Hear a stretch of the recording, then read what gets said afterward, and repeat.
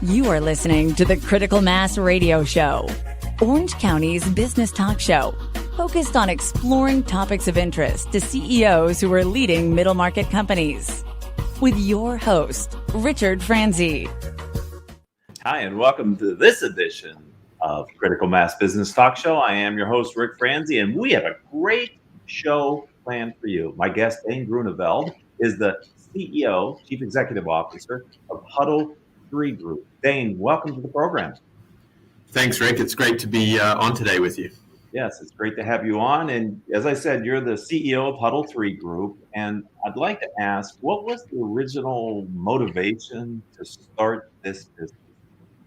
So, having worked in the industry, providing, professional manpower to large companies, building facilities, operating facilities, I was really eager to get back to smaller business, work more closely with people, be more creative, be more innovative. So, that was a big driver for setting up HUDDL3 Group. We really want to play more in the innovation sphere of, changing the way we all work together. And this is slightly over a year ago you started it. So I'm wondering, have you had any major or minor pivots that have happened since you started? I think HUDDL3 Group emerged as part of a pivot. And it's been a constant series of small pivots, right through, COVID and then all of the technology acceleration and virtual work. There's been so much change. So if there's one thing that we've got pretty good at, it's been embracing change. So what is it that HUDDL3 does? So really, at its very essence, we're all about connecting people and businesses to do work together, whether that's in one of our staffing businesses, our engineering business, our software business. It all revolves around how people and businesses come together to design a new project or to maintain a facility or to bring a new product to market. That's what we do. What's behind the name? So when you think about the way that people and businesses work together, we sort of drew on that sports analogy of, huddling up together, because, once upon a time it was all companies and their employees, and we've seen so much more distribution of work over the last 20 or 30 years. There's consulting firms, there's independent consultants, there's subcontractors. Our whole view was, how do we get people to work together? The owner of the facility, the employee, the vendor or the partner that's in that process. And as HUDDL was taken, we switched the E for a 3 because it shows 3 people teaming up, which is the minimum number we think you need to team up successfully. Interesting. So let's go back a minute or a question to what it is exactly that HUDDL3 does. And it sounds like HUDDL3 is doing a lot of things, but you're doing it through separate or different entities. Is that true? Okay. Yeah, so HUDDL3 Group isn't itself an operating company. We're a parent company, a holding company. We provide some centralized services to businesses that we own or invest in. So largely that's privately held professional services businesses in staffing and engineering. And we service the process intensive industries, those like oil refining, chemicals, manufacturing of medical devices and pharmaceuticals, power and renewables, anywhere where you really have a lot of equipment and a lot of people working together to produce a product. So how did you find or are you finding companies that you think fit in your portfolio? Yeah, that's a good question, Rick. Really, we're always out networking. I think maybe going back to your early question on what our pivot has been, maybe the common theme of our pivot is we're really embracing that ecosystem. We're really out there talking to our competitors, our partners, our clients, employees of companies that work in adjacent areas, and we're really trying to learn, where do we share values with people, where we want to make positive change together, and then how can we partner? And often, if we start with the idea of a partnership, it may well, I guess, progress to the point of having a conversation about, could we invest in your business or buy your business because we really like the way that you're operating. And we want to do more together. So that's generally been the philosophy. So it sounds, Dane, a little bit like, and correct me if I'm putting words in your mouth and not properly, but your vision is 1 + 1 is 3, not 2. Yeah, that's a great way to phrase it. Okay, from your client's perspective, not necessarily just from the holding company and your operating companies, from the Correct. Okay. Yeah, from the client's perspective, from our partner's perspective, we think that there's so much change happening right now, and no one company, can do it all on their own.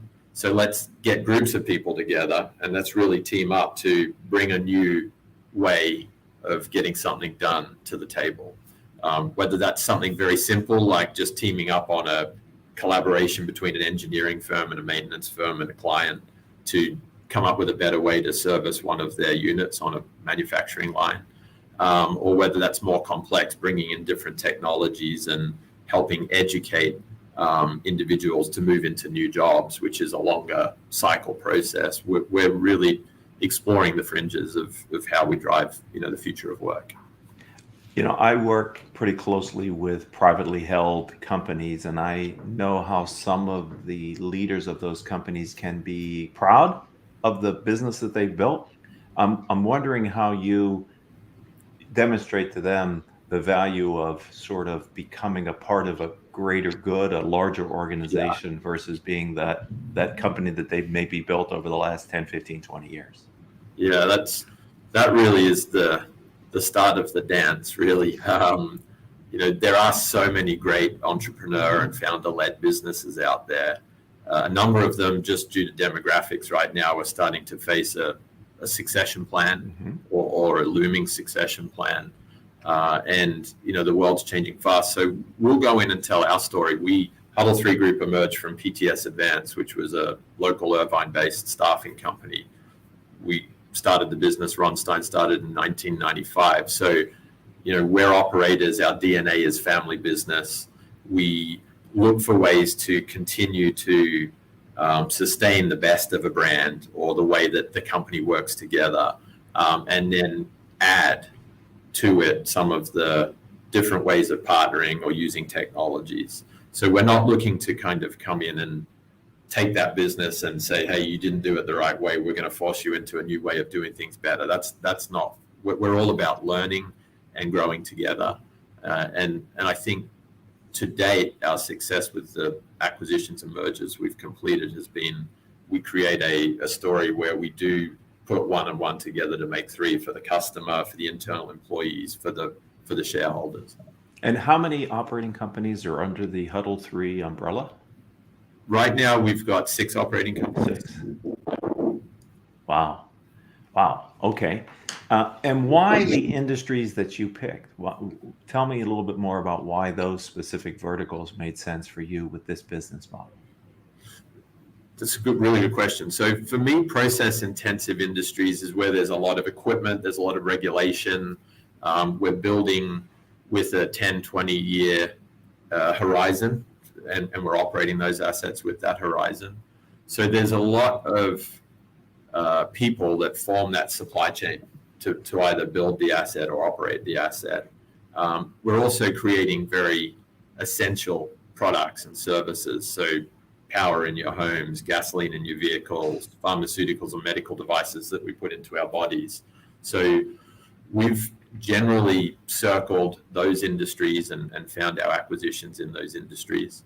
And we believe that the large companies in those industries, many of whom are our customers, have got a tremendous wealth of knowledge and resource and experience and community footprint that we can harness as we keep looking for ways to innovate. So, if we can stay in those segments, market segments, and continue to come up with incremental changes and improvements, then those best practices can be adopted by the clients and be pushed more wide scale. So that allows us to have more impact as well as to learn how we go along and how we continue to focus our attention on which problems are most in need of solving. So I know from your recent experience with PTS, that was those were some of the industries that they are focused on and that you were focused on as the CEO. Is your experience predate that experience with PTS in these verticals as well, Dane? Yeah, I've spent my whole life in and around process industry. So I grew up, my dad was a mining engineer in Australia, so I got the opportunity to move around and see open cut coal and aluminum smelters and gold mines. I then had the opportunity to start my career working with a lot of civil construction and mining projects. We were building a lot of tunnels, bridges, new mines in Australia, and then moved into oil and gas, where we've supported, I would say, tens of thousands of employees to deploy across 50 or 60 different countries. So, luckily for the 20 or so years that I've been at work, I've had the experience of seeing some pretty cool stuff and going into some new countries like Papua New Guinea or Mozambique, where we're working with local workforces and we're really developing not only industries but economies. So that's a big driver of, I guess, where our focus is. Excellent. And now you're here in the States with Yes. what seems like you're putting down some pretty deep roots. Very deep roots. Yeah, I'm actually Texan. So you're not going to get a Texan girl to Australia for very long. So California was a really good compromise. I get to surf and she gets to stay here and enjoy her culture, which I've embraced. It's all about a win-win. Win-win, that's it. Everybody's got to be happy. So Yeah. That's fantastic. So, you came to my attention in one of the roundtables that we host periodically here for CEOs and CFOs in Orange County, talking about kind of the wage inflation was the topic on the table. But you brought up an interesting idea that I've done some research on that I'd like you to talk about a little bit, because you were the first that brought it to my attention. And that's this idea of results only work environment. We were talking about the future of work, and specifically this concept seems so fascinating to me because of what you talked about earlier too, which is there's so much change happening via COVID, and it was sort of happening before COVID, but it got accelerated in how we deal with our employees. So can we spend a little bit of this interview talking about I'd love to. results only work environment? Yeah, absolutely. So I'm always scanning for great ideas in HR, and I guess at a high level, I try and adapt some of their principles in our businesses, not necessarily applying the full program. I know Best Buy was one big example that rolled out and then retracted the results only work environment. So at its essence, it's not paying people just for the hours they do, it's paying people for the result of their work product. Now, that can be a little bit difficult, but if you take the principles of let's stop telling people that they're only worth their hours and that actually we want to give them a bit of freedom and flexibility and a bit of creativity to do their job, then I think you tend to get a lot more morale in your work culture. I think there's a lot of positive morale there. You tend to get a lot more innovation and probably better productivity. I think people will naturally gravitate towards where their strengths are rather than just do the job that they think they have to do. So we've essentially in our businesses adopted a results only work environment in the sense that we don't want to get too heavily into the weeds on what tasks you're doing every day or which tasks lead to success. We want to create that freedom. If you need to take time off at lunch to go and walk the dog or work out, or if you do your best work at night, great. We'll pay you a good salary. We're not going to make you put a timesheet in. We'll give you some performance-based rewards for your outcomes, and we really try and make it a safe place for people to, do their best work, when they're best at doing it. So do you think this type of philosophy works better in some environments than others, or what's your sense on that? I think the Best Buy example was a good case study in where it doesn't work very well, because you've got people in a store selling a product. There's certain times that you have to open the store, restock the shelves. It's really difficult when you're dictating the task flow to employees to say it's results only. So I think it works better in knowledge work and teamwork. Naturally, the same would be true if you rolled it out at a refinery. You can't have people say, I'm going to turn up and have a look at this issue on the unit at 10 p.m. at night if the issue starts at 8 a.m. So I think it's definitely better suited to those knowledge and creativity workspaces. But you can still draw on some of those principles with some of the flexibility, or maybe giving windows of time for employees to have flexibility or work on some innovative tasks. What has been your experience with the way that managers and supervisors have to adjust their leadership style to get the best out of a results-only work environment? That, to be fair, the manager is the linchpin of the whole thing. Like, if you've got a good manager that embraces it, and they have to live by the example too, you can't have a manager that's a workaholic sending out emails around the clock asking for immediate responses. So if you have a manager that really embraces it with their team, they tend to do a better job setting out either daily or weekly what's expected of the team.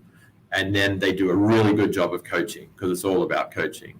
So they'll check in with each individual and say, how can I help you achieve what you need to do this week? Considering not only the work result, but also the personal needs of that individual.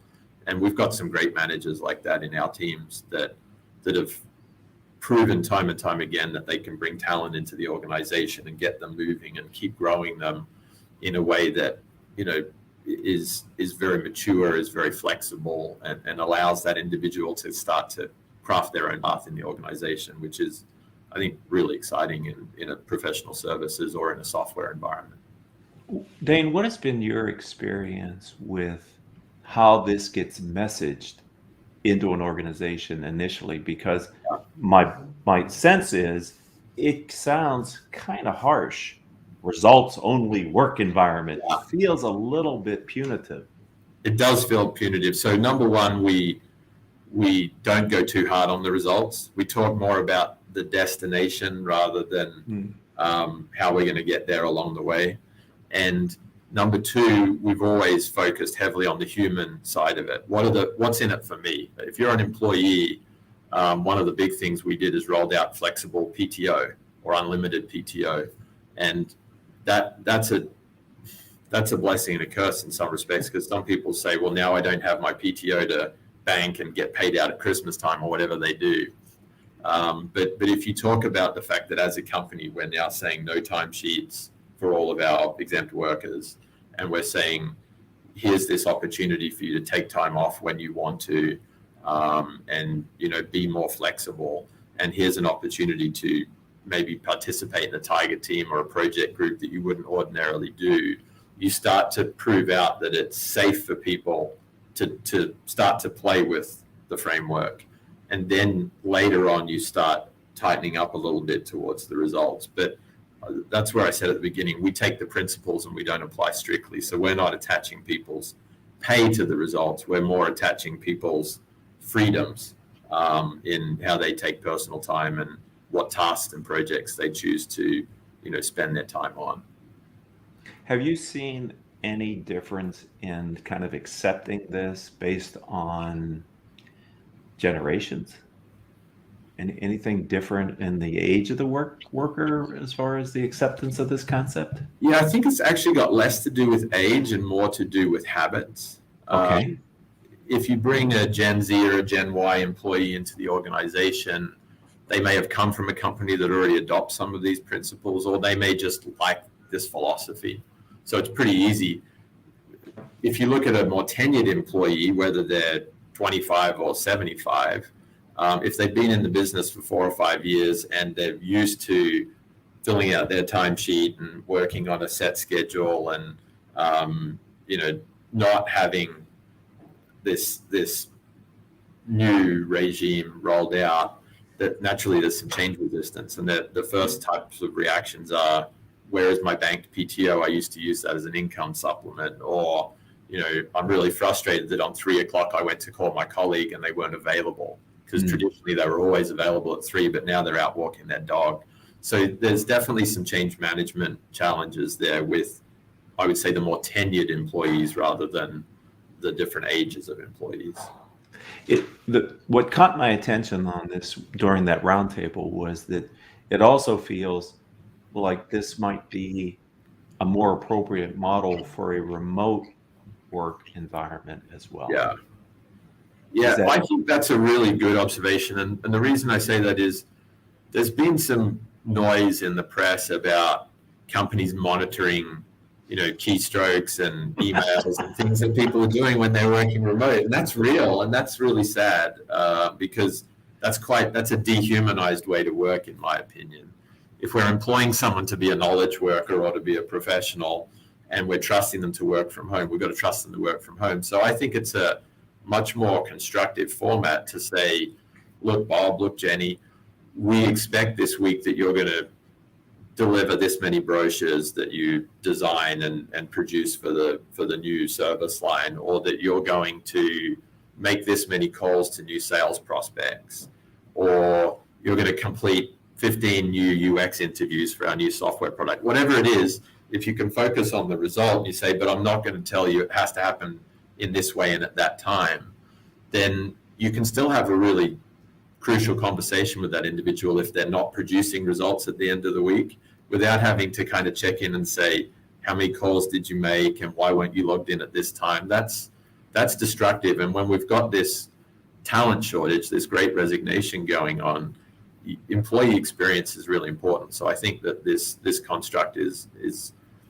a really good backbone for building employee experience and some good mentoring and coaching tools for managers that are struggling with remote and virtual work for their team. So I feel like we've had a pretty open conversation about a results-only work environment. Is there anything in your experience that stands out about it that I didn't think or we didn't have a chance to discuss that you want to mention at this point before we move on? No, I think you touched on some great points. How to communicate it, how to make it safe, how to drive adoption. I think they're all really good points. Well, thank you. And thank you for bringing it up to my attention. It's like anything, right? We don't know what we don't know. And then when someone gives us an inkling of an idea, it's great to be able to go off and then have someone with direct experience like you. That's why I was excited to bring you on the program when after we had that roundtable. Yeah. Dane, where do you go in your professional day to get access to other entrepreneurs, their insights and experiences that you're using to help you and your company stay ahead of your competition and to grow HUDDL3? That's a big part of the job. And it's probably the part I like the most. It's constantly networking and attaching myself to groups, whether it's talking to a customer about where their challenges are and where we could be shaping things differently. My customers give me some brilliant feedback and ideas. I spend a lot of time in the community, volunteering time. I'm a bit part of University Lab Partners here in Irvine, and it's a wonderful place to meet entrepreneurs and other business professionals that are really convening around bringing new technologies in healthcare forwards. I'm a member of a Vistage group, so I get to sit down once a month with a group of 14 or 15 other CEOs and listen to speakers, process issues that we have, and ultimately, present developments in our businesses. So that's a great learning environment. And then there's other things more in the investment community. There's a great group here in Orange County, Sea Purity Investments, and Matt Hayden down there runs a Best Ideas event every quarter. And I turn up to those Best Ideas events and I get to meet a lot of entrepreneurs, a lot of successful business people that are now moving into the investment stage of their careers. And it's just amazing what you can connect as you start seeing how they tackle their projects differently or what problems they're facing. And you can learn from those other industries, even if it's not directly in your line of business. So that's probably 70% of my job right now. Yeah, I'm glad to hear you say that you're doing all those things, because I believe in business. Experience is the best teacher, but yes, some lessons are best learned vicariously. Yeah, absolutely. And so if you can be out either talking to investors or other peers, I think that's fantastic. So I applaud you for recognizing that you need to work on your business, not always in your business, which is critical. So absolutely. Let's talk about the future of HUDDL3. Where do you describe your vision for the future? Well, the more great people I meet, the more it grows. So, right now, I would say our vision for the future is that we can touch 1 million employees and maybe as many small businesses through our technologies and through our service businesses in a way that helps them come and have a more meaningful work experience.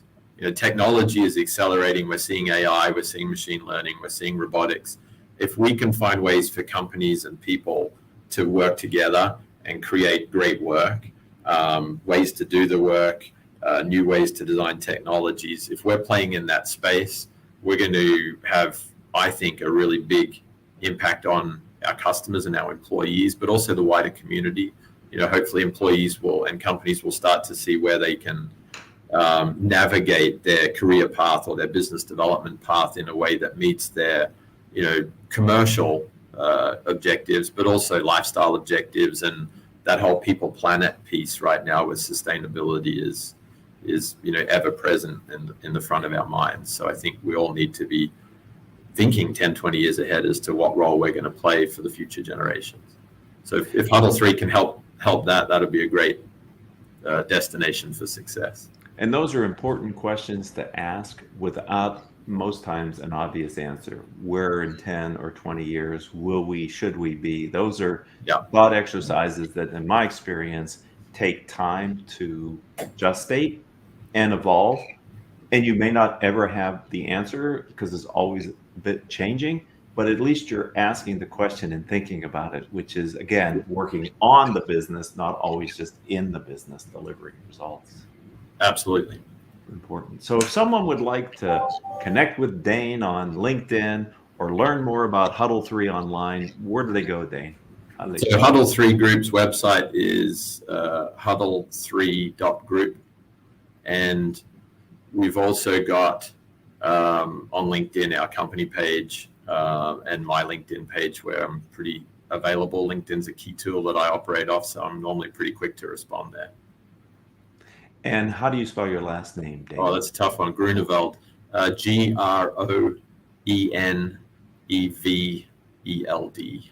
For those of you that might be listening in the future to the podcast audio only version, I wanted to help you out there a little bit. If you're watching the live stream or YouTube, you can see his name on the screen. So I've been excited to have you on the show. Like I said, since the roundtable, you haven't disappointed. This has been a fun exercise. And I'd like to have you back at some point in the future. Continue. Yeah, I'd love that. I'd love that. Thanks, Rick. Great questions. It's really enjoyable having these types of conversations. It was fun, and I appreciate your time. And I want to thank Gottlieb, Rackman, and Reisman, who proudly supported today's edition of Critical Mass Business Talk Show. GRR-PC provides legal advice and guidance on all aspects of intellectual property law, including patents, trademarks, and copyrights. If you'd like to learn more, visit grr.com. And thank you, listening audience, for being a part of Orange County's longest running business talk show. This was episode number 1321. If you'd like to connect with me on LinkedIn, I'm Rick, R-I-C, Franzi, or you can visit my website, rickfranzi.com. Until our next show, I hope all of your business decisions move your company in a positive direction.